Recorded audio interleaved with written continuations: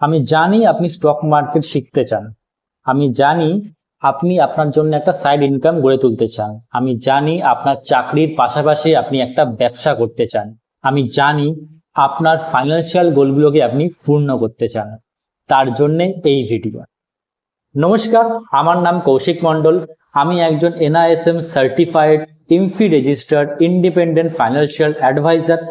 7 বছরের উপরে আমার এক্সপিরিয়েন্স আছে এই ফাইন্যান্সিয়াল মার্কেটে। আজকের এই ভিডিও হতে চলেছে সিম্পল শেয়ার মার্কেটের উপরে। শেয়ার মার্কেট কি? অনেক লোকের কাছে এখনো দ্বন্দ্ব এটা যে শেয়ার মার্কেট কি।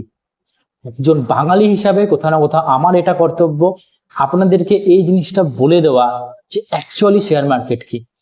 একটা জিনিস মাথায় রাখবেন, এই কলকাতা কিন্তু একসময় স্টক এক্সচেঞ্জ ছিল। 1920 সালে আমাদের কলকাতাতেই কিন্তু স্টক এক্সচেঞ্জ ছিল, যেটা এখন আর নেই, বন্ধ হয়ে গেছে। এত আগে আমাদের কাছে স্টক এক্সচেঞ্জ ছিল, তাও বাঙালির কাছে ফাইন্যান্সিয়াল নলেজ নেই। তার জন্যে এই ভিডিওটা দেখবেন। বাঙালি এখনও পিছিয়ে ফাইন্যান্সিয়াল নলেজের দিক থেকে। আর কথা না বাড়িয়ে ভিডিওটা আমি স্টার্ট করব। এরপরে আরও ভিডিও আসবে আমার এই চ্যানেলে। প্রতি শুক্রবার আমরা ভিডিও আপলোড করে থাকি। ভিডিওটি দেখুন, ভালো অবশ্যই লাগবে, কারণ ফাইন্যান্সিয়াল মার্কেট যদি একটি গুরুত্বপূর্ণ সাবজেক্ট, সেটিকে আমি সহজ ভাষায় আপনাদের কাছে পৌঁছে দিচ্ছি। আশা করছি ভিডিওটি ভালো লাগবে।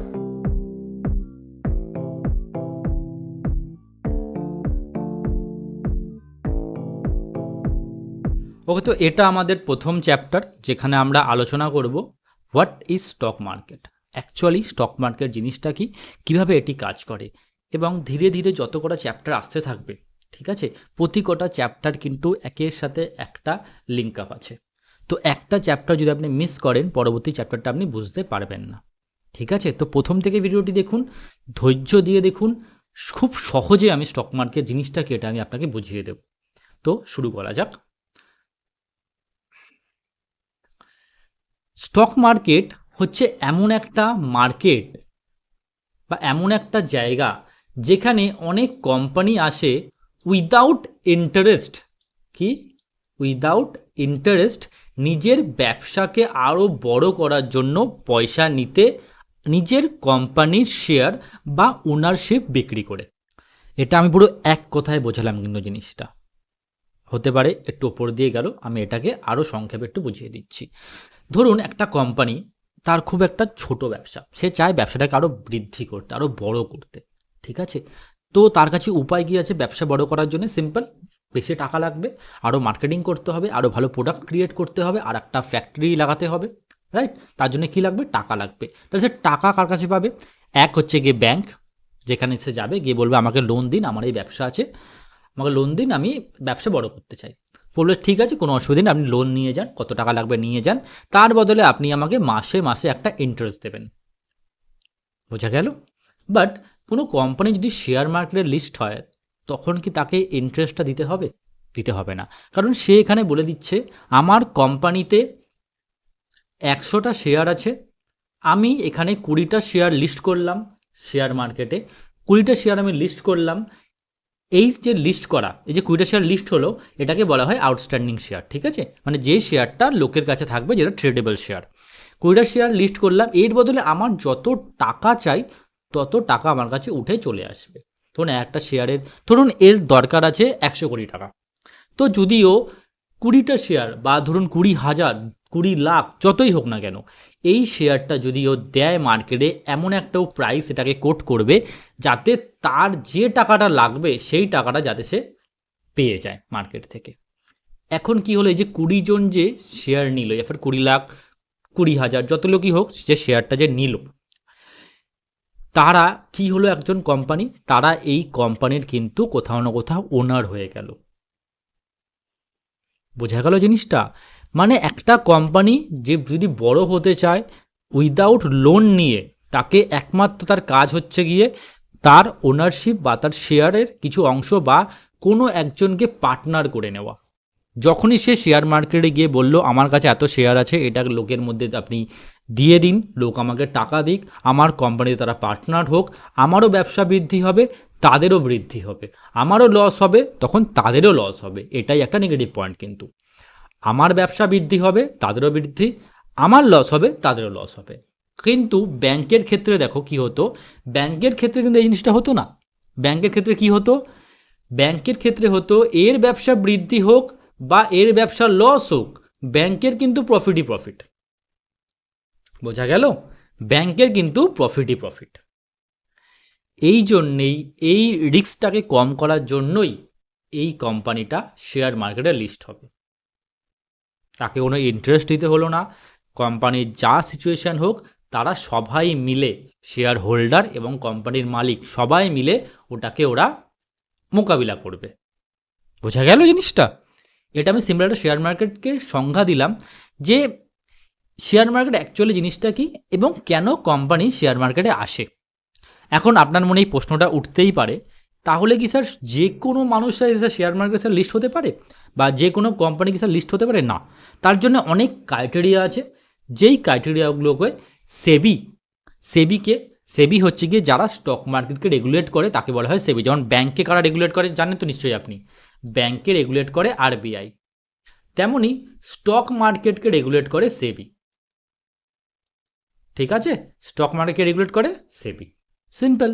তো এরা একটা কিছু ক্রাইটেরিয়া ক্রিয়েট করে রেখেছে যে এই ক্রাইটেরিয়াতে যদি আপনি ফুলফিল করেন তাহলেই আপনি স্টক মার্কেটে এসে লিস্ট হতে পারবেন। সেগুলো অনেক ভালো ক্রাইটেরিয়া, কারণ আমাদের টাকা যেহেতু ওখানে যাচ্ছে। দেখুন, একজন রিটেলার, একজন সাধারণ মানুষ কিন্তু অত কিছু জেনে বুঝে টাকা লাগাবেন একটা কোম্পানিতে, যদিও এটা ভুল জিনিস, জেনে বুঝে টাকা লাগানোটা উচিত। তার জন্য সেবি কী করে, কিছু ক্রাইটেরিয়া দিয়ে দিল যে এই ক্রাইটেরিয়াগুলো তুমি যদি ফুলফিল করছো তাহলেই তুমি স্টক মার্কেটে আসতে পারবে, না হলে এসো না। তো কোথাও না কোথাও যে ভালো কোম্পানিগুলো তারা কোথাও না কোথাও জালে উঠে আসে সেবির কাছে যে হ্যাঁ এগুলো ভালো কোম্পানি, চলো এগুলোকে স্টক মার্কেটে লিস্ট করা হলো। আমি বোঝাতে পারলাম জিনিসটা? হ্যাঁ, চলো এবার হচ্ছে গিয়ে স্টক মার্কেট স্যার মোটামুটি বুঝলাম জিনিসটা কি অ্যাকচুয়ালি কীভাবে কাজ করে। এবার হচ্ছে গিয়ে স্টক মার্কেট দু প্রকারের। স্টক মার্কেট স্যার দু প্রকারের, এটা প্রথমবার শুনলাম, হতে পারে। একটা হচ্ছে গিয়ে ক্যাশ মার্কেট, একটা হচ্ছে গিয়ে ডেরিভেটিভ মার্কেট। ঠিক আছে, এবার ক্যাশ মার্কেটটা কি? ক্যাশ মার্কেটটা সিম্পল, এক হাতে শেয়ার দেবেন আপনি, এক হাতে আমার থেকে আপনি টাকা নেবেন, একদম সিম্পল ক্যাশ মার্কেট এটা। আর একটা হচ্ছে কি ডেরিভেটিভ মার্কেট। লোক গ্যামলিং বলে না, যে স্টক মার্কেট হচ্ছে কি গ্যামলিং, জুয়া, সাট্টা বলে না অনেকে, এইটা বলা হয় এই মার্কেটটাকে। ঠিক আছে, তো আমি হাইলি রেকমেন্ড করব আপনাদেরকে যে এই যে মার্কেটটা ডেরিভেটিভ মার্কেট, এখান থেকে দূরে থাকবেন। ডেরিভেটিভ মার্কেটের আবার দুটো পার্ট আছে, একটা হচ্ছে গিয়ে ফিউচার, একটা হচ্ছে গিয়ে অপশান। ঠিক আছে, এই দুটো জিনিস থেকে আপনি দূরে থাকুন আর ইন্ডিয়ার উপরে বিলিফ রাখুন। আপনি দেখবেন আপনার না যে লস হয় বা টাকা ওয়াইপ আউট হয়ে গেল, টাকা চলে গেল, সারদার মতো বা নারদার মতো চলে গেল, ওইগুলো হবে না। ডেরিভেটিভ মার্কেটটা খুব রিস্কি মার্কেট, আর এই মার্কেটটা এসছিল ট্রেডিংয়ের জন্য নয়, এই মার্কেটটা এসছিল রিস্কে কম করার জন্য। মানে স্যার জিনিসটা ঠিক বুঝলাম না, রিস্কে কম করার জন্য মানে ধরুন আপনি একটা কোম্পানির শেয়ার কিনলেন, কোম্পানিটা কোথাও না কোথাও কিছু প্রবলেমে পড়লো, সেই কোম্পানিটা ভালো পারফর্ম করতে পারলো না। ঠিক আছে, তখন কী হবে, শেয়ার প্রাইস ফল করবে, শেয়ারটার দাম কোথাও না কোথাও কমতে থাকবে, কারণ ও ভালো ফল করতে পারছে না, ওর আর্নিংস ভালো আসছে না, ও নিচে পড়বে। এই যে নিচে যে পড়বে, আগে যখন এই মার্কেটটা ছিল না তখন যে নিচে পড়তো তখন কোনো কিছু ছিল না ইনভেস্টারদের কাছে, তাকে জাস্ট হোল্ড করতে হতো। বাট পরবর্তীকালে ইনভেস্টাররাই বলল যে এমন কিছু একটা আমাদেরকে দিন যাতে আমরা আমাদের লসটাকে অ্যাটলিস্ট একটু কম করতে পারি। তখনই এই মার্কেটে ইন্ট্রোডিউস করা হলো, যেটাকে বলা হচ্ছে ডেরিভেটিভ মার্কেট। এর দ্বারা কি করা হয়, এর দ্বারা যে স্টক প্রাইস পড়ছে সেটাকে হেজ করা হয়। এখন হেজিং কি, এগুলো একটু ডিটেল জিনিস, ধীরে ধীরে যখন এই আমাদের যেই ফ্রি কোর্সটা যখন আরও এগাবে আমরা সব কিছু নিয়ে আলোচনা করব। কোথায় অ্যাকচুয়ালি পয়সা হয়, কোথা দিয়ে পয়সা হয় না, কোথা থেকে দূরে থাকা উচিত না, তবে সব কিছু নিয়ে আমরা আলোচনা করব। ঠিক আছে, তো এই ডেরিভেটিভ মার্কেটের দ্বারা আপনি এটা জাস্ট মাথায় রাখুন, ডেরিভেটিভ মার্কেটের দ্বারা ক্যাশ মার্কেটে যে কোনো ইনভেস্টর যে পজিশন নিয়ে রেখেছে তার যে রিস্ক সেটাকে কম করা যায়। আর কিচ্ছু জানার দরকার নেই, এই ডেরিভেটিভ মার্কেট খুব রিস্কি মার্কেট। ঠিক আছে, এইখান থেকে দূরে থাকুন, তাহলেই আপনি সুরক্ষিত থাকবেন স্টক মার্কেটে, না হলে আপনি কোনোদিনও সুরক্ষিত থাকতে পারবেন না। বোঝাতে পারলাম তো? স্টক মার্কেটের একটা আমি সিম্পল ডেসক্রিপশন আপনাকে বুঝিয়ে দিলাম। আই হোপ বুঝতে পেরেছেন আপনি। এরপরে আমরা যাচ্ছি নেক্সট চ্যাপ্টার। এটা আমাদের নেক্সট চ্যাপ্টার, যেখানে আমরা কথা বলবো স্টক মার্কেটের হিস্ট্রি নিয়ে। দেখুন, যে কোনো জিনিসেরই একটা হিস্ট্রি জানা খুব দরকার। আপনি যে ইন্ডিয়াতে রয়েছেন, ইন্ডিয়ারও আপনি হিস্ট্রি জানেন, আপনি স্টক মার্কেটে কাজ করতে আসছেন, তো সেখানেও একটা হিস্ট্রি জানাটা খুবই দরকার। না হলে কি হয় না, মনে বিলিফটা আসে না, একটা বিশ্বাস নিয়ে যে কাজ করব সেটা আসে না কোথাও না কোথাও। তাহলে কবে থেকে অ্যাকচুয়ালি স্টক মার্কেট শুরু হয়েছিল, এখানে কিছু ইন্টারেস্টিং জিনিস আমি আপনাদেরকে জানাবো। ঠিক আছে, হতে পারে আপনি এটা আগে জানতেন না, এখন প্রথমবার জানছেন, বাট হ্যাঁ, জেনে এইটুখানি বলতে পারে একটু গর্ববোধ আপনার হবে। ঠিক আছে, চলুন আমি কথা বলছি এটার ব্যাপারে। তো প্রথমবার 16 অ্যান্ড 17 সেঞ্চুরিতে স্টক মার্কেট এসছিল। কারা এনেছিল? ব্রিটিশরা এটাকে এনেছিল। ঠিক আছে, তো স্টক এক্সচেঞ্জ প্রথমবার স্ট্যাবলিশড হয় 1602 অ্যান্ড 1698 সালে। ঠিক আছে, প্রথমবার আমাদের এখানে না, একটা হয়েছিল লন্ডন স্টক এক্সচেঞ্জ, একটা হয়েছিল আমস্টারডাম স্টক এক্সচেঞ্জ। ঠিক আছে, দুটো প্রথম স্টক এক্সচেঞ্জ হয়েছিল। অধিকাংশ মানুষ এটা কিন্তু জানে না, অধিকাংশ মানুষ। তো এইটা একটা জেনারেল নলেজের জন্য খুব ইম্পর্টেন্ট জিনিস।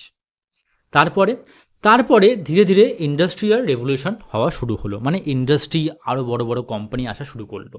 তখন 18 আর 19 সেঞ্চুরিতে তখন আমরা দেখতে পেলাম যে একটা মডার্ন স্টক মার্কেট রাইজ করছে, মানে অ্যাকচুয়ালি রেগুলেটেড স্টক মার্কেট বলতে পারেন, বা স্টক মার্কেটের যে গ্রাফ হয় না, যে কোনো জিনিসের একটা গ্রাফ হয় যেটা ঊর্ধ্বমুখী। তো এইখানে 18 এবং 19 সেঞ্চুরিতে এই গ্রাফটা ঊর্ধ্বমুখী হওয়া শুরু হলো, লোক তখন স্টক মার্কেট আসা চালু করলো। তখন particularly in Europe and United স্টেটসে জায়গাতে খুব পরিমাণে স্টক মার্কেটের একটা জনরস আমরা দেখতে পারলাম। মানে ওখানে মোটামুটি 18 এবং 19 সেঞ্চুরিতে স্টক মার্কেট নিয়ে আলোচনা শুরু হলো, ধীরে ধীরে কোম্পানি বড় হওয়া শুরু হলো, কোম্পানি আসা শুরু করলো 18 এবং 19 সেঞ্চুরিতে। ঠিক আছে, ধীরে ধীরে কোম্পানি লিস্ট হওয়া শুরু হলো 18 এবং 19 সেঞ্চুরিতে, এবং তারা ফান্ড রাইজ করা শুরু করলো তাদের কোম্পানিকে আরও বৃদ্ধি করার জন্য।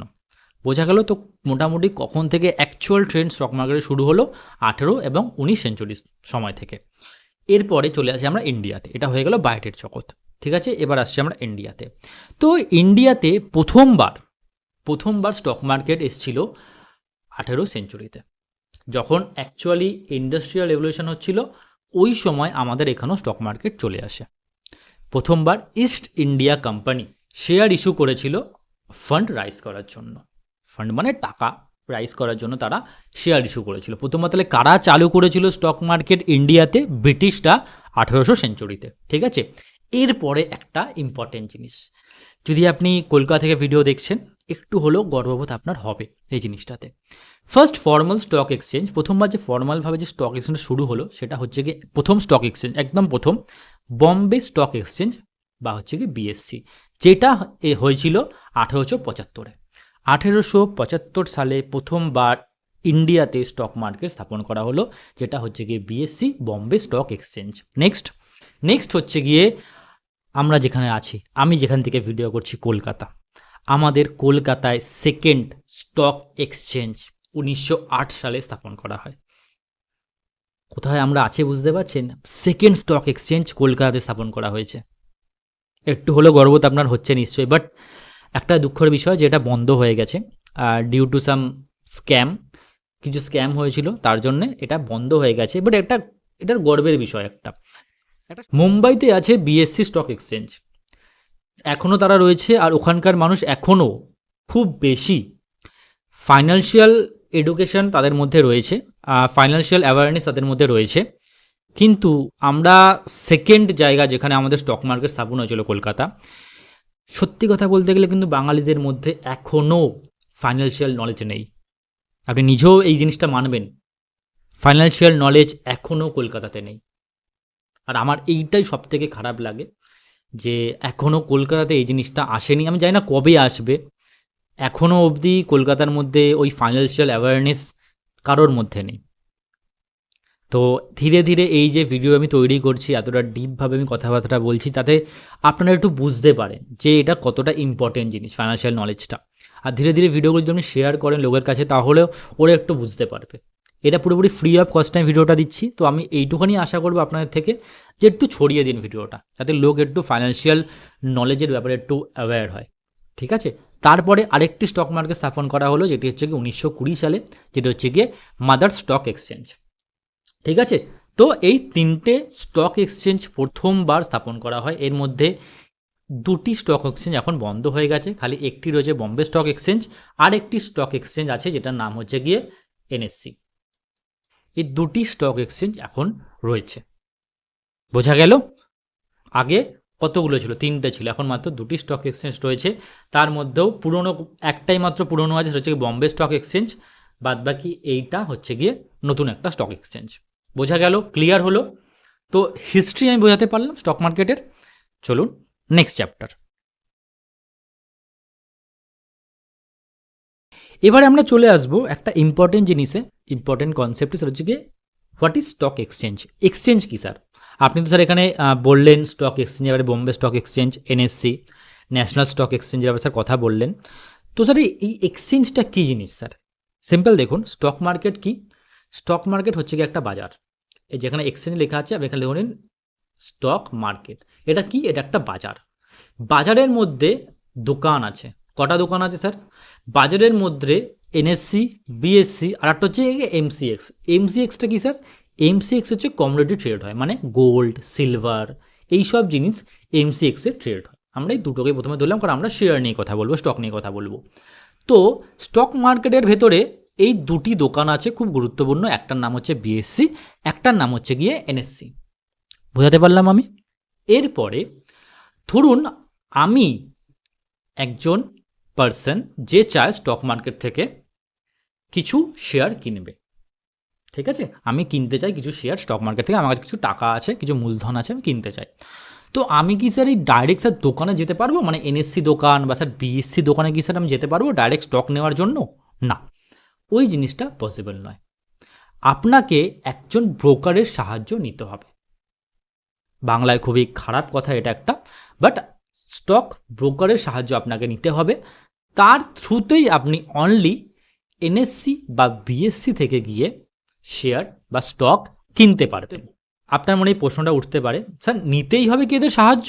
হ্যাঁ, এদের সাহায্য ছাড়া আপনি কখনো স্টক মার্কেট থেকে গিয়ে ডাইরেক্ট শেয়ার কিনতে পারবেন না। এখনো অবধি তো এমন কোনো জিনিস হয়নি। হতে পারে ভবিষ্যতে এনএসসি বিএসসি ডাইরেক্টই আপনাকে হয়তো স্টক দিল, একে হয়তো সরিয়ে দিল, হতে পারে। বাট এখনও অবধি ওরকম কোনো জিনিস আমরা দেখতে পাইনি। তো স্টক ব্রোকার রয়েছে যেখান থেকে আপনি গিয়ে স্টক নিতে পারেন। স্টক ব্রোকার রয়েছে যেখানে গিয়ে আপনাকে বলতে হবে আপনি কোন শেয়ার চান, কোথা থেকে চান, ও তখন ওখানে গিয়ে শেয়ার কিনে আপনাকে দেবে। বাট এখানে স্যার একটা ইম্পর্টেন্ট জিনিস, স্যার শেয়ারটা কিনে স্যার ও আমাকে দেবে কি স্যার, আমার হাতে কি ধরিয়ে দেবে, না স্যার আমার ঘরে স্যার চলে আসবে শেয়ারটা? কি হবে স্যার এটা? আমি বুঝতে পারলাম না। স্টক ব্রোকারের কাছে দুটি অ্যাকাউন্ট খুলতে হয়। দুটি মানে একটা অ্যাপের মধ্যে দুটো অ্যাকাউন্ট থাকে, অটোমেটিক ওটা খুলে যায়। দুটি অ্যাকাউন্ট, একটা অ্যাকাউন্টের নাম হচ্ছে গিয়ে ট্রেডিং অ্যাকাউন্ট, একটা অ্যাকাউন্টের নাম হচ্ছে গিয়ে ডিম্যাট অ্যাকাউন্ট। আপনি যে স্টক ব্রোকারকে যে বললেন আর ও যে গেল, এই যে গেল, এই যে ট্রানজ্যাকশনটা হলো, এটার জন্যই লাগে হচ্ছে গিয়ে ট্রেডিং অ্যাকাউন্ট। ট্রানজ্যাকশনের জন্য লাগে ট্রেডিং অ্যাকাউন্ট। স্টকটা কিনলে আপনি এটা রাখবেন কোথায়? আগেকার যুগে কী হতো, পোস্ট অফিসে একটা সার্টিফিকেট আসতো যে আপনি এতগুলো শেয়ার কিনেছেন, শেয়ারের একটা সার্টিফিকেট আপনার কাছে চলে আসতো। ঠিক আছে, ওইটাকে লোক কী করতো, লকারে বন্ধ করে রাখ।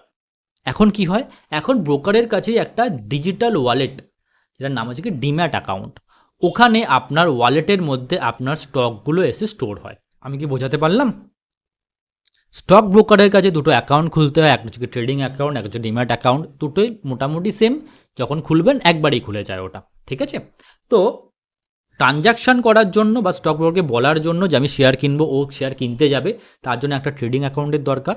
আর একটা হচ্ছে গিয়ে ডিম্যাট অ্যাকাউন্ট, শেয়ারটা কিনে রাখার জন্য দরকার পড়ে। এই পুরো জিনিসটা বোঝা গেল যে সিস্টেমটা কিভাবে কাজ করছে। একটা স্টক মার্কেট আছে, ঠিক আছে, ওর মধ্যে দুটো দোকান আছে, দোকানের নিচে আর একজন দাঁড়িয়ে আছেন যে হচ্ছে ব্রোকার। আমি ব্রোকারকে বলবো আমাকে স্টক কিনতে হবে, সেগুলো কোথা থেকে কিনবে, আপনি বলেন বিএসসি থেকে, সে বিএসসি থেকে স্টকটা কিনে আপনার ডিম্যাট অ্যাকাউন্টে এসে রেখে দেবে। এতটাই সিম্পলভাবে প্রসেসটা হয়। এখন স্যার যে স্টক ব্রোকার যে আছে স্যার, সে কি স্যার আমার স্যার টাকা আমি স্যার ওকে স্যার দেবো, যে স্যার গিয়ে স্যার কিনবে স্টকটা, ওই যে স্যার পালিয়ে যায় টাকা নিয়ে? এমন হয়েওছে যে এবার অনেক স্টক ব্রোকার আছে যারা টাকা নিয়ে পালিয়ে গেছে। তার জন্যেই আমি আপনাকে টপ 3টে ব্রোকারের লিঙ্ক আমার ডেসক্রিপশানে দিয়ে দেবো, ওখান থেকে আপনি গিয়ে আপনার ডিম্যাট বা ট্রেডিং অ্যাকাউন্ট খুলতে পারবেন। টপ 3টে ব্রোকার আছে, ঠিক আছে। চলুন, এটা হয়ে গেল আমাদের থার্ড চ্যাপ্টার, যেখানে আমরা কথা বললাম এক্সচেঞ্জকে নিয়ে। এক্সচেঞ্জ কি হয়, এনএসসি বিএসসি কি, স্টক ব্রোকার কি, ডিম্যাট অ্যাকাউন্ট কি, ট্রেডিং অ্যাকাউন্ট কি, সব কিছু নিয়ে আমরা কথা বললাম, ঠিক আছে। এরপরে আমরা এগোবো আমাদের নেক্সট চ্যাপ্টারে। এই কোয়েশ্চেনটা আপনি দেখবেন অতিরিক্ত যারা একদমই বিগিনার, যারা স্টক মার্কেটে একদমই নতুন, তারা এই কোয়েশ্চেনটা আমাকে করে যে একটা স্টকের প্রাইস কী করে স্যার ঠিক করা হয়।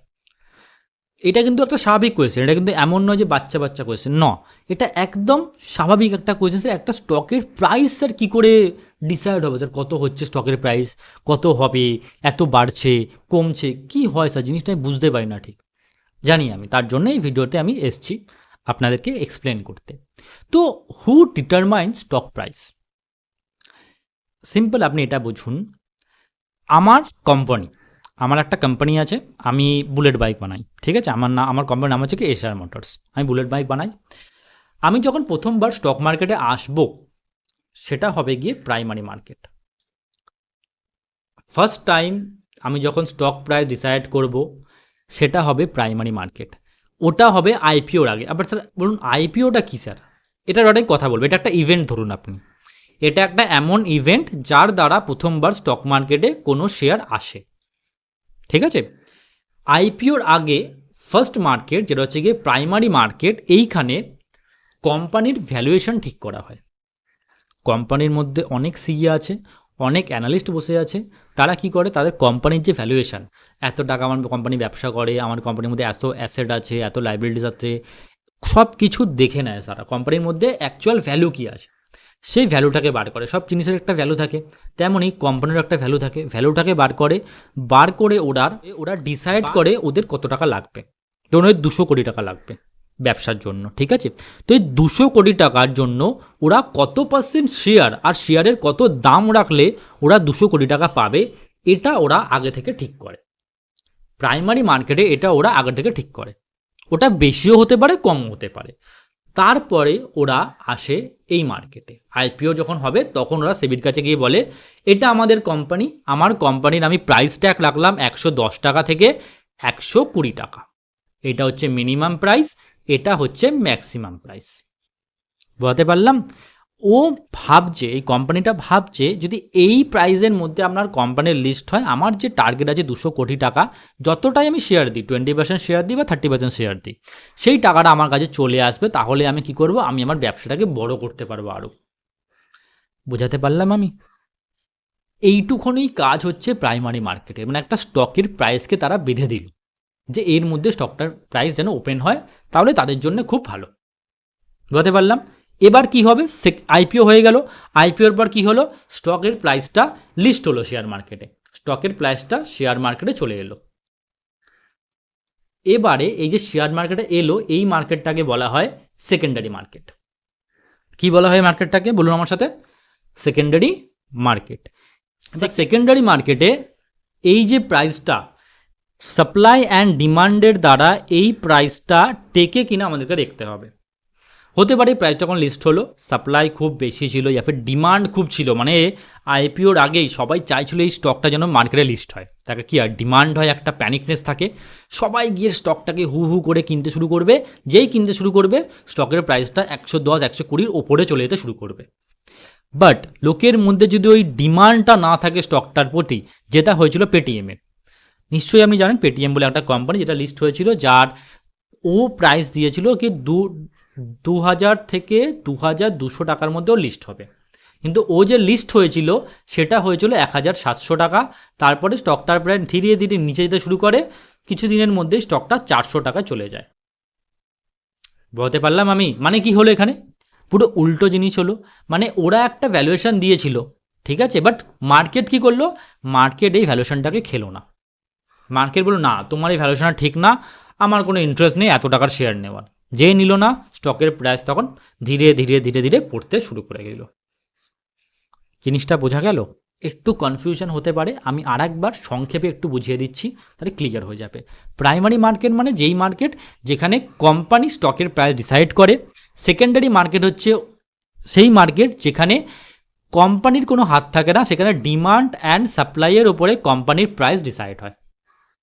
ঠিক আছে, প্রাইমারি মার্কেট থেকে সেকেন্ডারি মার্কেটে যাওয়ার জন্য একটা প্রসেস আছে, যেই প্রসেসটার মধ্যিখানে হচ্ছে কি আইপিও। এই প্রসেসটাকে ক্লিয়ার করেই ও প্রাইমারি মার্কেট থেকে সেকেন্ডারি মার্কেটে যেতে পারবে। ঠিক আছে, এবং স্যার আইপিওটা কি, এটার ব্যাপারে আমি একটু কথা বলে নেব। ঠিক আছে, আইপিও হচ্ছে এর full form initial public offering, মানে প্রথমবার একটি কোম্পানি পাবলিকের জন্য খুলছে, পাবলিককে তারা শেয়ার দিতে চাইছে, কি পাবলিক তোমরা আসো আমার কোম্পানির শেয়ার নাও, আমাকে টাকা দাও, আমার কোম্পানি তোমরা ওনারশিপ নাও, আমাকে টাকা দাও, সেই টাকা দিয়ে আমি আমার ব্যবসাকে আরও বড় জায়গায় নিয়ে যাব। বোঝা গেল হোয়াট ইজ আইপিও? আইপিও হচ্ছে এমন একটা ইভেন্ট যার দ্বারা প্রথমবার কোনো স্টক মার্কেটে লিস্ট হয় বা কোনো কোম্পানি স্টক মার্কেটে লিস্ট হয়। ঠিক আছে, একদম সহজ ভাষায় রাখুন, বেশি ওটাকে ঘাটতে যাবেন জটিল হয়ে যাবে। ঠিক আছে, একদম সহজ ভাষায় রাখুন। এই প্রসেসটা বোঝা গেল তো, এই যে প্রসেসটা আমি বোঝালাম, তার জন্য আমি আইপিওটাকে মধ্যিখানে রেখেছিলাম। এটা বোঝা গেল আশা করি, একদম সহজভাবে আমি বোঝাচ্ছি যাতে আপনি বুঝতে পারেন জিনিসটা। বাট হ্যাঁ, এইটাকে না গুলিয়ে ফেলবেন না অ্যাকচুয়াল শেয়ার মার্কেট বা স্টক মার্কেটের সাথে, এটাকে আপনি আলাদা রাখুন। হ্যাঁ, একটা জিনিস যেটাকে আমি জেনে রাখলাম আমার জেনারেল নলেজের জন্য। ঠিক আছে, আর কোনো এটা কাজে লাগবে না, কারণ এখানে আপনার কোনো হাতই নেই। ঠিক আছে, এখানে আপনি কিছু করতেই পারবেন না, যা করার কোম্পানি করবে আর স্টক এক্সচেঞ্জ করবে বা সেবি করবে। ঠিক আছে, চলুন এর পরের চ্যাপ্টারে আমরা চলে যাব। পরের যে চ্যাপ্টারটা সেটা একটু ইন্টারেস্টিং।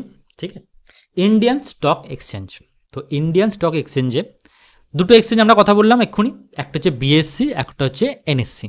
ঠিক আছে, এবার বিএসসি এবং এনএসসি এই দুটোর পারফরমেন্স স্যার আমরা কী করে দেখবো বা কী করে বুঝবো যে স্যার বিএসসি ভালো, এনএসসি ভালো নাকি স্যার দুটোই ভালো? দেখুন, যখনই কোনো এক্সচেঞ্জ এসছে, এক্সচেঞ্জ অবভিয়াসলি ভালো। এক্সচেঞ্জ কাকে রিপ্রেজেন্ট করছে? এক্সচেঞ্জ রিপ্রেজেন্ট করছে স্টক মার্কেটকে। স্টক মার্কেট কাকে রিপ্রেজেন্ট করে জানেন আপনারা? স্টক মার্কেট একটি দেশের স্টক মার্কেট রিপ্রেজেন্ট করে সেই দেশটিকে, মানে ইন্ডিয়াকে রিপ্রেজেন্ট করছে স্টক মার্কেট। আমি বোঝাতে পারলাম? আমাদের স্টক মার্কেট যদি ভালো থাকে তাহলে আমাদের ইন্ডিয়ান ইকোনমি খুবই ভালো যাচ্ছে। আমাদের স্টক মার্কেট যদি ভালো না যায় তাহলে আমাদের ইন্ডিয়ান ইকোনমিও ভালো যাচ্ছে না। পাকিস্তানের ইকোনমি যদি আপনি ওদের স্টক এক্সচেঞ্জ দেখেন, কোথাও না কোথাও কোল্যাপস করে যাচ্ছে। তাহলে এর মানে কি হচ্ছে? এর মানে পাকিস্তানের ইকোনমি খুব একটা ভালো নয়। জাপানের ইকোনমিকে যদি আপনি দেখবেন তো কি বুঝতে পারবেন? জাপানের এক্সচেঞ্জ এক জায়গায় স্টেবল হয়ে গেছে, না বাড়ে না কমে, এক জায়গায় যাচ্ছে, কোনো কোনো পড়তেও দেখা যায়। এর মানে কি হলো কি জাপানের স্টক এক্সচেঞ্জের মধ্যে ওই যে ডিমান্ড বা যে এই বুলিশনেস উপরের দিকে যাওয়ার ক্ষমতাটা আর নেই ওর মধ্যে। ঠিক আছে, তো এটা বুঝতে পারি না। বাট একটা স্টক এক্সচেঞ্জকে দেখে বা একটা শেয়ার মার্কেটকে দেখে বোঝা যায় সেই দেশের ইকোনমিক কন্ডিশন কেমন। বুঝতে পারলাম তো? আমরা যদি স্টক মার্কেটে যাই এবং যদি বিএসসি এবং এনএসসিকে দেখি, এদেরকে স্যার কী দেখবো? এগুলো স্যার দেখার জন্য কিছু একটা চাই। আমরা খালি কি স্যার বিল্ডিংয়ের দিকে স্যার তাকিয়ে বসে থাকবো নাকি যে দেখি এটাকে আমি দেখছি? এমন তো নয়, কিছু তো দেখতে হবে কি। তো বিএসসিকে রিপ্রেজেন্ট করে বিএসসি সেন্সেক্স, এনএসসিকে রিপ্রেজেন্ট করে নিফটি 50। রিপ্রেজেন্ট করে মানে স্যার, মানে বোঝাচ্ছি আমি, বিএসসি সেন্সেক্স হচ্ছে গিয়ে ইন্ডিয়ার টপ 30 কোম্পানিজ, আমাদের ইন্ডিয়ার টপ 30টা কোম্পানি, 30টা কোম্পানির পারফরমেন্সকে এ রিপ্লিকেট করে। বোঝা গেল? 30টা কোম্পানি কেমন পারফর্ম করছে সেটাকে বিএসসি সেন্সেক্স দেখায় ওর একটা প্রাইস দিয়ে। আমি আপনাকে চার্ট ইমেজ দেখিয়ে দেব। তারপরে নিফটি 50 কি করে? নিফটি 50 এনএসসির আছে, ঠিক আছে, এ রিপ্রেজেন্ট করছে কাকে? এনএসসিকে। নিফটি 50 ইন্ডিয়ার টপ 50 কোম্পানি, ইন্ডিয়ার টপ 50টা কোম্পানিকে রিপ্রেজেন্ট করে যে এদের পারফরমেন্স কেমন যাচ্ছে। এই নিফটি 50 অ্যান্ড সেন্সেক্স দুটোই যদি বুলিশ থাকে তাহলে আপনি সবসময় দেখবেন আমাদের ইন্ডিয়ান ইকোনমি উগ্র গতিতে উপরের দিকেই যাচ্ছে। এই দুটোর বুলিশ থাকা খুব দরকারি। নিফটি 50 50টা স্টককে দেখায়, বিএসসি সেন্সেক্স 30টা স্টককে দেখায়। এই যে 30টা স্টক এই কিন্তু নিফটি 50-র মধ্যে কিন্তু রয়েছে, বোঝা গেল? মানে টপ 30টা কোম্পানি সেন্সেক্স দেখায়, টপ 50 কোম্পানিকে নিফটি 50 দেখায়। এরা বুলিশ মানে ইন্ডিয়ান ইকোনমি বুলিশ, এরা বুলিশ মানে এক্সচেঞ্জ বুলিশ, এরা বুলিশ মানে পুরো স্টক মার্কেট বুলিশ। বোঝা গেল? আমি ক্লিয়ার করতে পারলাম যে নিফটি 50 কি দেখে আমরা কি বুঝবো, সেন্সেক্স দেখে আমরা কি বুঝবো। এবারে আসি আমরা সেক্টর। দেখুন এখানে আমরা কাদের পারফরমেন্স দেখলাম, বিএসসি, এনএসসি আর কোথাও না কোথাও ইন্ডিয়ার পারফরমেন্স। এবার কোন সেক্টর পারফর্ম করছে, আপনি যেই সেক্টরেই এখন জব করছেন, কোনো না কোনো সেক্টরে তো আপনি নিশ্চয়ই আছেন যেখানে জব করছেন, সেই সেক্টরটা কেমন চলছে সেটা দেখবেন আপনি কি করে। ধরুন আপনি আইটি প্রফেশনে আছেন, ধরুন আপনি ফাইন্যান্সিয়াল সার্ভিসে আছেন, ধরুন আপনি এফএমসিজি প্রোডাক্টে আছেন, কোনো কাজ করেন ওখানে, আপনি ফার্মাতে আছেন। এই যে সেক্টরগুলো এরা কেমন পারফর্ম করছে এটা কি করে বুঝবো, এটাও আমরা এদেরই ইন্ডেক্সকে দেখে বুঝতে পারবো। মানে সেক্টর কেমন পারফর্ম করছে, মানে এখনের টাইমে ব্যাংক কেমন পারফর্ম করছে, এখনের টাইমে অটো কেমন পারফর্ম করছে, এখনের টাইমে এনার্জি কেমন পারফর্ম করছে, এখনের টাইমে আইটি কেমন পারফর্ম করছে, এখনের টাইমে মিডিয়া কেমন পারফর্ম করছে, এটি আমরা দেখে বুঝতে পারবো ইন্ডেক্সকে, যেটা হচ্ছে কি সেক্টর ইন্ডেক্স। আমি ক্লিয়ার করতে পারলাম যে সেক্টর ইন্ডেক্স দেখে আমরা কী কী বুঝতে পারবো, যে এখনের সময় কোন ইন্ডেক্সটা কোন সেক্টরটা বলি সেটা আমরা বুঝতে পারবো। ক্লিয়ার হলো? আমি খুব সরল ভাষায় কিন্তু বোঝাচ্ছি, কোনো যদি অসুবিধা হয় আপনি জাস্ট চ্যাপ্টারের নাম্বারটা লিখবেন আর আমাকে আপনি মেসেজ করে দেবেন যে স্যার এইখানটা আমি বুঝতে পারলাম না। ঠিক আছে? তো ইন্ডিয়ান স্টক এক্সচেঞ্জকে আমি পুরোপুরি ধাপে ধাপে বোঝালাম। বিএসসি, এনএসসি হয়, তাদেরকে রেপ্লিকেট করে সেন্সেক্স অ্যান্ড নিফটি 50, আর এরা সবাই মিলে রিপ্রেজেন্ট করছে কাকে, ইন্ডিয়াকে, ইন্ডিয়ান ইকোনমিকে। ঠিক আছে, চলুন নেক্সট। নেক্সট যেটাকে আমি নাম দেব স্টক মার্কেট মিথ। আমরা তো বাঙালি, তাই তো? তো বাঙালিদের মধ্যে তো একটা ভুল ধারণা জন্মেই থাকে যখনই কোনো রিস্ক আসে। আমি ছোট করছি না, একদমই বাঙালি, কারণ আমি নিজেও বাঙালি। একটা ভুল ধারণা আমাদের মধ্যে অলওয়েজ থাকে, আমরা অলওয়েজ রিস্ক নিতে ভয় পাই, ইনক্লুডিং ব্যবসা করতে ভয় পাই। ঠিক আছে? তো যে ধারণাগুলোর কথা আমি এখানে লিখেছি, যেটা আমি ছোট থেকে দেখে এসেছি, আমি সেই ধারণার কথাই এখানে আমি লিখছি। ঠিক আছে? এই জিনিসগুলি আমি কিন্তু ছোট থেকে দেখে আসছি। বাট হ্যাঁ, এটা ঠিক, আমার পরিবার আমাকে অলওয়েজ সাপোর্ট করেছে যে হ্যাঁ স্টক মার্কেটে তুই কাজ কর, কারণ তারা একটু হলেও জিনিসটা জানে। তো investing in just like gambling, এই কথাটা আপনি প্রতিটি পাড়ার চায়ের দোকানে বসলে শুনতে পাবেন যখনই কোনো স্টক মার্কেট নিয়ে কথা হবে তখন। ঠিক আছে? পাড়ার যারা কাকু আছেন তারা এই কথাগুলো কিন্তু বলেন। Well, investing in the stock market does involve some degrees of risk. যখন আপনি স্টক মার্কেটে ইনভেস্ট করবেন কিছু রিস্ক থাকে, অলওয়েজ, যে কোনো জিনিসের রিস্ক থাকে, এখানেও রিস্ক আছে। ঠিক আছে? কিন্তু ওয়েস্ট বেঙ্গলে যে জিনিসটা চলে সেটাকে ডিআর লটারি, নিশ্চয়ই জানেন আপনারা। তো ডিআর লটারি থেকেও কি স্যার এটা বেশি রিস্কি? না। ডিআর লটারি তো আজকে কিনলেন, কয়েকদের রেজাল্ট কবে আমি জানা নেই, আজকে কিনলেন, কালকে পরশু তরশুর মধ্যে ও 30 টাকা দিয়ে কিনলেন বা 60 টাকা দিয়ে কিনলেন, ও জলে, টাকা ফেরত পাওয়া যায় না। কিন্তু এখানে যদি আপনি একটা রিলায়েন্সেরও শেয়ার কেনেন, যেটার দাম হচ্ছে না হলেও 2500 টাকার ওপরে চলছে এখন, তাহলে কি হবে ভেবেন চলেন যে আমার 500 টাকা 1000 টাকার লস আমি দেখবো, আমি সরে যাবো এখান থেকে। আপনার কিন্তু পুরো টাকাটা কখনো যাবে না, আপনি 500-1000 টাকাই যাবে। আর এমন হতে পারে না যে রিলায়েন্সের কোম্পানি, দেখুন হতে পারে না বলাটা ভুল, বাট যে ছোটো কোম্পানিতে লাগান তাহলে কোম্পানি ডুবে যেতে পারে, আর বড়ো কোম্পানি ডোবার চান্স খুবই কম। এসবিআই কি মনে হয় আপনার, স্টেট ব্যাঙ্ক অফ ইন্ডিয়া কি কোনদিন ডুবে যাবে? হ্যাঁ, টাটার কোম্পানি কি মনে হয় কোনদিন ডুবে যাবে? আপনারাই বলুন, মনে হয় এগুলো? এইচডিএফসি ব্যাঙ্ক কি মনে হয় কোনো ডুবে যাবে? তো গ্যামলিংটা হচ্ছে এমন জিনিস যেখানে টাকা লাগালেন ওটা পুরো ডুবে গেলেও কোনোদিন ফেরতই এলো না। আর আমরা তো ওয়েস্ট বেঙ্গলে থাকি, আমাদের ভালো মতো জানি কত স্ক্যাম আমাদের এখানে হয়েছে, তাই না? কত স্ক্যাম হয়েছে আমাদের এখানে, সারদা নারদা, কম কিছু তো হয়নি। তো আমরা গ্যামলিংটা বুঝি, যেখানে টাকা লাগালাম ফেরত এলো না, ওটা হচ্ছে গ্যামলিং। বা স্টক মার্কেট গ্যামলিং নয়, ভালো মতো বলে দিচ্ছি আমি, স্টক মার্কেট একদম গ্যামলিং নয়, এটা ইন্ডিয়ান ইকোনমিকে রিপ্রেজেন্ট করছে। ঠিক আছে? আপনি যদি ইন্ডিয়ান ইকোনমির পার্ট হতে চান, তাহলে এমনি তো আপনি পার্ট ইন্ডিয়ান ইকোনমির, আপনি যা স্যালারি পাচ্ছেন, যা এক্সপেন্স করছেন, কোথাও না কোথাও এটা ইন্ডিয়ান ইকোনমিতে গিয়েই লাগছে।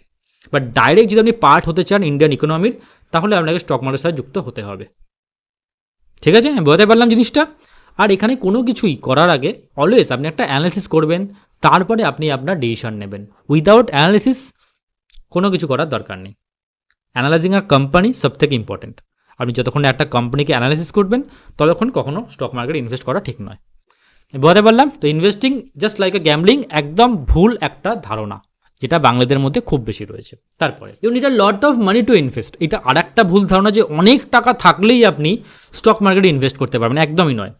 আপনার কাছে যদি 100 টাকাও থাকে, 100 টাকা বলছি আমি, বেশি না, 100 টাকা, তাহলেও আপনি মিউচুয়াল ফান্ডে টাকা লাগাতে পারবেন, যেটা কোথাও না কোথাও স্টক মার্কেটের সাথে ইনডাইরেক্টভাবে যুক্ত থাকে। তো 100 টাকা থাকলেও আপনি স্টক মার্কেটে করতে পারবেন, ইনভেস্টিং করতে পারবেন, আর 10,000 টাকা থাকলেও আপনি ইনভেস্টিং করতে পারবেন। ওটা কোনো বড় কথা নয়। তো অনেক টাকা লাগে, এটা ভুল ধারণা। আর আমি বারবার একটা জিনিস বলে এসেছি যে স্টক মার্কেটে যারাই অফলাইনে আমার কাছে ক্লাস করতে আসে, আমি একটা জিনিসই বলি যে টাকাটার পিছনে ছুটো না। স্টক মার্কেটে সব থেকে ইম্পর্টেন্ট এখানে স্কিল। তোমার কাছে যদি স্কিল থাকে, টাকা তোমার কাছে ঠিক চলে আসবে। লোকের কাছে স্কিলই নেই আর লোক ভাবে যে আমার কাছে টাকা নেই তাই আমি ট্রেডিং করতে পারছি না, তাই আমি ইনভেস্টিং করতে পারছি না। একদম ভুল ধারণা এটা। তুমি স্কিলটাকে অ্যাকোয়ার তো করো, তুমি আগে স্কিলফুল তো হও, তারপরে তো টাকার কথা আসছে। তোমার কাছে স্কিলই নেই, টাকা কি করে আসবে তোমার কাছে? ঠিক আছে, তো এটা একটা পুরো ভুল ধারণা। তারপরে একটি ভুল ধারণা, the stock market is only for the rich people. সব থেকে বড় একটা ভুল ধারণা যে যারা বড় লোক তাদের জন্যই নাই খালি স্টক মার্কেট। কখনো পসিবল না। উইদাউট পাবলিক, উইদাউট রিটেল, আমাদের মতো ছোট ইনভেস্টর ছাড়া স্টক মার্কেট কোনোদিন চলবেই না। কারণ আমরাই আছি যারা লিকুইডিটি উৎপন্ন করে। এবার লিকুইডিটিটা কি? লিকুইডিটি মানে হচ্ছে গিয়ে বায়ার সেলার। যারা বড় লোক তারা অলওয়েজ বড় বড় দামে বড় বড় জিনিস কিনবে, রাইট? তো অত লোক কোথায় পাবেন আপনি রিটেল ছাড়া? একটা রিচ পিপল একটা এরিয়াতে 2 থেকে 3টেই থাকবে, ওর বেশি থাকবে না, রাইট? তো ওরাই যদি খালি স্টক কেনে তাহলে ওরা বেচবে কার কাছে? বেচার জন্য তো আমরাই আছি, আমাদেরকেই বেচতে হবে। Without public, without retail investor এটা পসিবলই নয়। তো এটা ভুল ধারণা যে যাদের অনেক পয়সা রয়েছে তারাই খালি স্টক মার্কেটে আসে। না, আমি এখানে একটা কথা বলতে চাই, স্টক মার্কেটে আসার জন্যে পয়সা দরকার হয় না, স্টক মার্কেটে আসার জন্যে রিচ মাইন্ডসেটের দরকার হয়। উইদাউট রিচ মাইন্ডসেট আপনি এখানে সাকসেসফুল হতেই পারবেন না। আপনার যদি মাইন্ডসেট ছোট হয় যে আমি 500 টাকা, 1000 টাকা, 2000 টাকা আমার জন্য মার্কেটে আসছি, কোনো দরকার নেই আসার মার্কেটে। যে কাজটা করছেন সেটাই করুন, উল্টে আপনি টাকা এখানে ডুবিয়ে যাবেন। ঠিক আছে? স্টক মার্কেটে মিনিমাম এম বলছি আমি, আপনার ধারণা হওয়া উচিত আমি স্টক মার্কেটে আসছি মিনিমাম 1 কোটি, 2 কোটি, 100 কোটি টাকা কামানোর জন্য। ছোট টাকা কামানোর জন্য এখানে আসবেন না, তাহলে আপনার মাইন্ডসেট কোথাও না কোথাও খারাপ আছে। যত অফলাইন স্টুডেন্ট আছে আমি তাকে এই কথাই বলি যে মাইন্ডসেটটাকে ঠিক করো, রিচ মাইন্ডসেট বানাও। আর স্টক মার্কেটে শর্ট টাইমের জন্য এসো না। যদি আসছো ওয়েলথ কামানোর জন্যে আসো, যাতে তোমার 2, 3, 4টে জেনারেশন বসে খেতে পারে এমন টাকা যা তুমি তাদের জন্য রেখে যেতে পারো। এইটা সব থেকে ইম্পর্টেন্ট, যে লং টার্ম ওয়েলথ ক্রিয়েট করতে খুব সাহায্য করে স্টক মার্কেট। তারপরে investing is only for people with a background in finance. এটা আরও একটা বড় মিথ, কারণ আমি নিজের জলজান্ত একটা উদাহরণ, যে হিস্ট্রিতে অনার্স করেছে আর এখানে আপনার সামনে বসে রয়েছে। তার নিজে বুঝতেই পাচ্ছেন যে আমার ব্যাকগ্রাউন্ডটা কোথা থেকে এসছে। আমার পুরোপুরি আর্টস ব্যাকগ্রাউন্ড, বাট তাও আমি কিন্তু ফাইন্যান্সে রয়েছে। কেন, কি করে রয়েছি? কারণ আমার মধ্যে ইচ্ছাটা ছিল। ফাইন্যান্স বুঝতে কি লাগে, একটা ব্যবসা বুঝতে কি লাগে? সিম্পল একটা পুঁজি আছে, আমার একটা ইনভেস্টিং অ্যামাউন্ট আছে, ওখান থেকে আমি সেল করলাম, ওখান থেকে আমি এক্সপেন্সকে মাইনাস করলাম, তারপরে আমার কাছে কি আছে, প্রফিট চলে আসবে, হয়ে গেল। আর কি আছে ব্যবসা বুঝতে? আর কি লাগে? আর তো কিছু লাগে না ব্যবসা বুঝতে। তো এটা খুবই সহজ একটা জিনিস, আমরা এটাকে কমপ্লিকেটেড করে দিয়েছি, আর বিশেষ করে বাঙালিরা এটাকে খুব বেশি কমপ্লিকেটেড আমরা করে দিয়েছি। ঠিক আছে, এখন যদি আমার কথা বলি, রাইট নাও আমার কাছে 3টে NISM এর সার্টিফিকেশান আছে। আমি এমফি রেজিস্টার, মানে ইন্ডিভিজুয়াল ফাইন্যান্সিয়াল অ্যাডভাইজার। আমি একজন, আমি কোথাও না কোথাও একজন লোককে ফাইন্যান্স সম্বন্ধে অ্যাডভাইস দিতে পারবো, এই রাইটটা আমার কাছে রয়েছে। ঠিক আছে, আমি বোঝাতে পারলাম জিনিসটা? তো এইটা ইম্পর্টেন্ট নয় তোমার ব্যাকগ্রাউন্ড কি, এইটা ইম্পর্টেন্ট যে তুমি এখন কি করতে চাও, তুমি এখন কি শিখতে চাও। আর ফাইন্যান্সের জন্য তুমি যদি স্টক মার্কেট শিখতে চাও, এটা খুবই খুবই সোজা একটা জিনিস, তাহলে তুমি কি করতে পারো, সিম্পল হেল্প নিতে পারো, বুক পড়তে পারো, ভিডিওস দেখতে পারো, অনলাইন কোর্সেস নিতে পারো, এটা তোমার উপর নির্ভর করছে। ইউটিউবে তো ফ্রি আছে, তার তো তোমাদের জন্য আমি এই কোর্সটা নিয়ে এসেছি, যা পুরো ফ্রি অফ কস্টে তোমরা দেখছো, তাই তুমি বুঝতে পারো, শিখতে পারো জিনিসটা। ঠিক আছে, চলো নেক্সট চ্যাপ্টার। নেক্সট চ্যাপ্টার তো খুবই ডেঞ্জারাস চ্যাপ্টার, যে stock market is very risky. Sir stock market তো খুব রিস্কি স্যার, যাওয়া একদম ঠিক না স্যার, সর্বনাশ হয়ে যাবে স্যার, একদম নয়, একদম স্যার যাওয়া ঠিক নয়, একদম আপনি যেটা বলছেন কোথাও না কোথাও ঠিক, কোথাও না কোথাও ভুল। কী করে স্যার কোথাও না কোথাও ঠিক আর কোথাও না কোথাও স্যার ভুল? এই যে ড্রপগুলো দেখছেন, ড্রপগুলো, এগুলো কি? এগুলো, এটা হচ্ছে গিয়ে বিএসসি সেন্সেক্সের চার্ট। এখানে যে ড্রপগুলো দেখানো হয়েছে বা যে অ্যারোগুলো দিয়ে এগুলো যে দেখানো হচ্ছে, এগুলো হচ্ছে গিয়ে আপনার এক একটা নিউজ, নেগেটিভ নিউজ, খুব বড় বড় নেগেটিভ নিউজ। স্ক্যাম আছে, stock market scandal, terrorist attack, তারপরে অনেক ধরনের, যেমন চায়না স্টক মার্কেট ক্র্যাশ হয়ে গেছে, তারপরে গ্লোবাল প্যান্ডামিক যেটা এই গেল 2020-তে, কোভিড, অনেক নেগেটিভিটি, অনেক কিছু ভরে ভরে স্টক মার্কেটে আছে। এই চারটে একটু পুরোনো চার্ট, 2022-এর চার্ট এটা। রাইট নাও এখন কিন্তু স্টক মার্কেট কোথায় দাঁড়িয়ে আছে জানেন? আমি একটা পিকচার এখানে দিয়ে দেবো।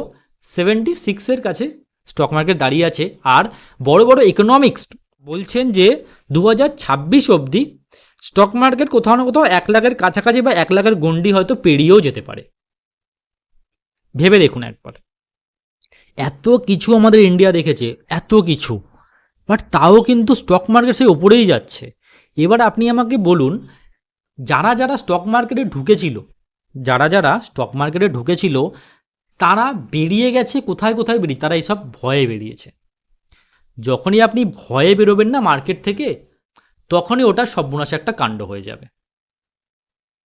স্টক মার্কেট খুব রিস্কি, বাট শর্ট টাইমের জন্য। আপনি যদি স্টক মার্কেটে আসছেন 500 টাকা, 1000 টাকা, 2000 টাকা কামানোর জন্য, দরকার নেই আসার। আপনি না আসলেও স্টক মার্কেট ওপরেই যাবে, কোনো দরকার নেই আপনার আমাদের স্টক মার্কেটে এসে ওটাকে বদনাম করার, কোনো দরকার নেই। আপনাকে যদি আসতেই হয় লং টার্মের জন্য আসুন, ওয়েলথ ক্রিয়েট করুন, না হলে আসার দরকার নেই স্টক মার্কেটে। আপনি এমনভাবে একটা শেয়ারকে তুলুন যে এই শেয়ারটাকে আজকে আমি কিনছি, এটা আমার ফিউচার জেনারেশনের জন্য একটা দারুণ কাজ করবে, ওরম মাইন্ডসেট রেখে শেয়ারকে তুলুন। না হলে দরকার নেই শেয়ার মার্কেটে থাকার, দরকার নেই, চলে যান শেয়ার মার্কেট থেকে।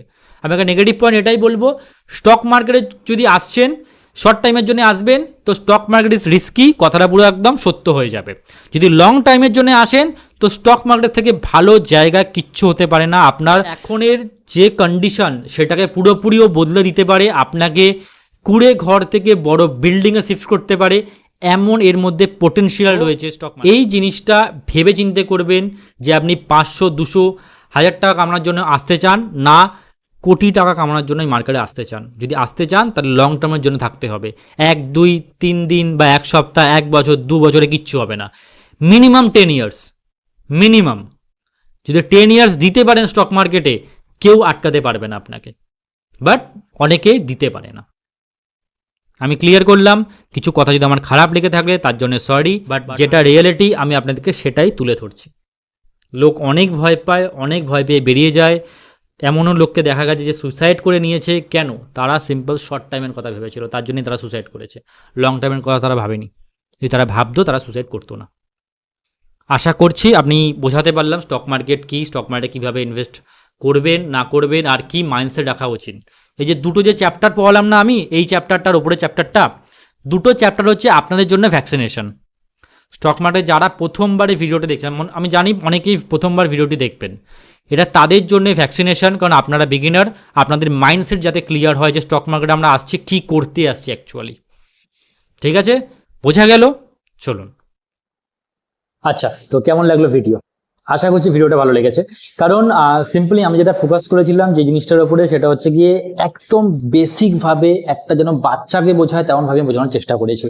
আশা করছি আমার এই প্রচেষ্টা কোথাও না কোথাও সফল হয়েছে, আপনারা বুঝতে পেরেছেন অ্যাকচুয়ালি শেয়ার মার্কেটটা কি। ঠিক আছে, এবার হচ্ছে গিয়ে নেক্সট কিছু জিনিস যেগুলো আপনাকে আরো জানতে হবে শেয়ার মার্কেটে ভালোভাবে উপার্জন করতে গেলে। সেগুলো কি? সেগুলো জানতে গেলে আপনাকে সাবস্ক্রাইব করতে হবে।